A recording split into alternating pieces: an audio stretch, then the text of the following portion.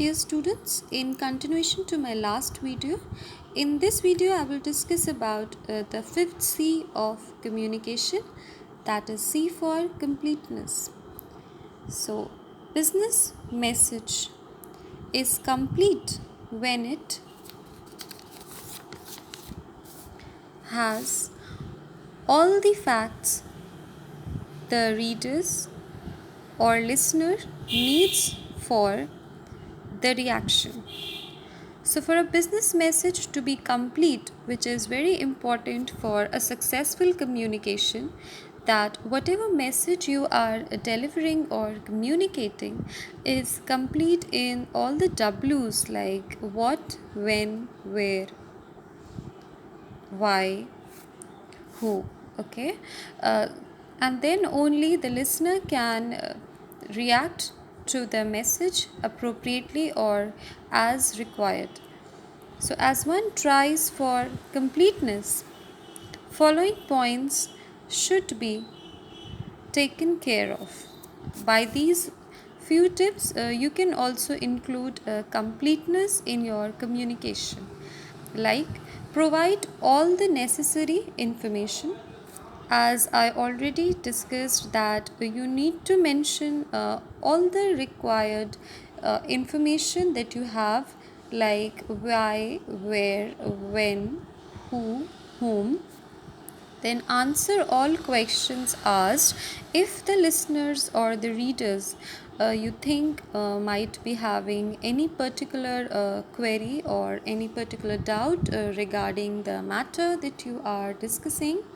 Then it is very important that you include in your maybe material or you answer to their questions in detail so that they feel satisfied by your explanation, and they feel actually easy, and the understanding of the message is done in the best possible manner. Then give something extra when desirable.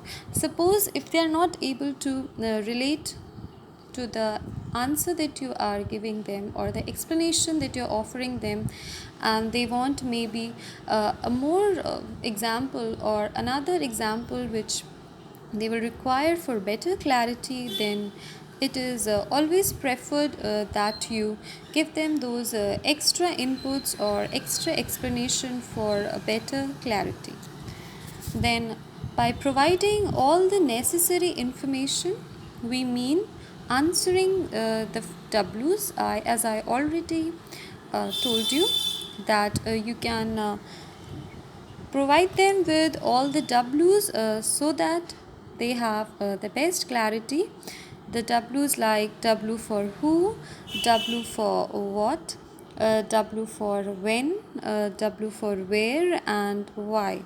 So, who did the thing, or who is the person behind the thing, or who is responsible, the doer of the action, then what is the thing that is being discussed, and what is the topic, what is the purpose, what is the need in the what's, and when did this happen, how long did this happen, what was the duration in the when, and where, which place was this done, and which places suffered, which places were included, all this in the wheres, and why we are actually discussing it, our goal or our purpose, our objective behind it, and why this particular discussion will be helpful for them.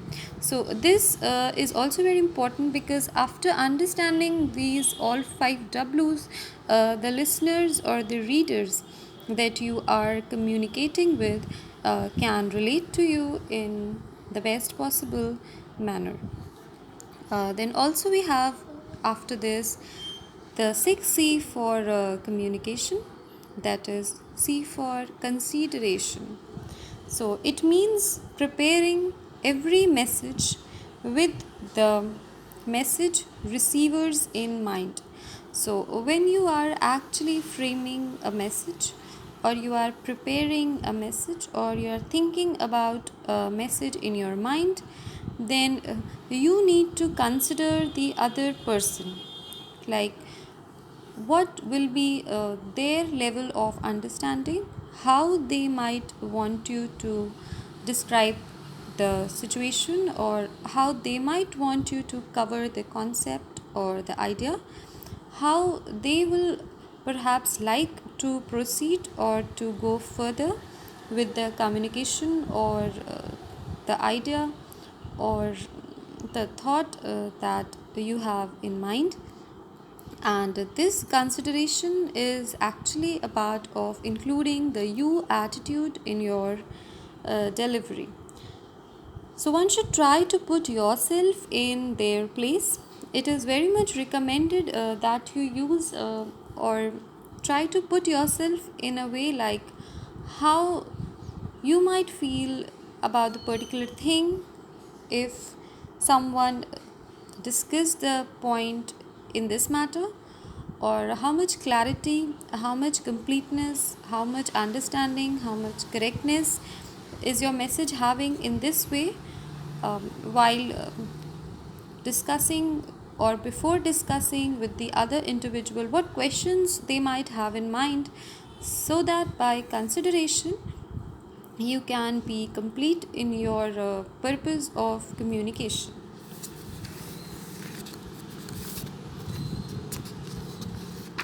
Then post this we have our seventh C of communication. As in consideration, simply we meant the you attitude, that is, you should not lose your temper, you should be controlled in terms of your emotions. Suppose if a person is asking you the same thing maybe twice or thrice, then in a way it shows that the above point or that particular point has not been communicated in the right way, and you need to be a little more descriptive, or you need to go through a little more details in terms of that particular thing. So you, instead of losing your temper or getting angry or starting to shout at that person that okay, you're dumb, you're silly, you cannot understand, you should be thoughtful and you should use the you attitude, that okay, if an individual is having some confusion, so till the time your mind is occupied with that particular confusion, or you are in the particular state of doubt, till the time you cannot move on further with your understanding, you are stuck at that point only, and whatever you are actually discussing or describing after that actually goes in vain. So it is better to clear that concord or that point of doubt, and then you should proceed or progress with your um, presentation or your communication, and you should always welcome the queries that other person has in mind. Then you have 7C for communication, that is C for concreteness. Concreteness means being specific and definite. So being specific is using the words in the most appropriate manner and being very much clear in terms of what idea you have in your mind, or what you actually want to tell your audience. Then only you can be concrete, that is definite in terms of your explanation. So use specific facts and figures, put the actions into words. You should use the very specific, the very point to point facts in terms of what asked. Like if certain person wants to know the number of people who attended the conference, then like you are telling them okay, there were around 500 invitations being given. So the invitations given is not the answer, because the question asked is how many people attended. Suppose the answer is if 320 people participated or attended the conference, then you should give this exact answer to the question. So you should be specific and include concreteness in your answers, and put action into words. Like if you are giving motivational things, you are talking them to be persistent or very much hardworking in their efforts. It is also very much needed that you yourself follow what you are preaching. You are giving them very high morals, very high values and thoughts and guidelines, but you yourself are not such a person, such an individual, and your morals are don't include in your real life, in your daily life, then your message or you yourself will not be taken as a concrete or a very much balanced or a serious individual. Then use more adjectives and adverbs, etc. So adjectives are describing words, and adverbs also give more clarity in terms of the expression or thoughts that you are mentioning or describing. So using more adjectives and adverbs will give a better clarity, will give a more detailed idea of what you are talking about, and hence this will make your answer more definite and more concrete. Example you can see here, we have student GMAT scores are higher. So a statement is marked here that GMAT is a test that you have for management students at a global level. So here one line is mentioned that student GMAT scores are higher. So okay, we know that this time the scores are higher, but we don't know anything more than that.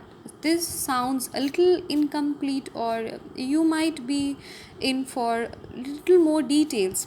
And here we have last year the GMAT scores averaged 600, but this year they have risen to 620.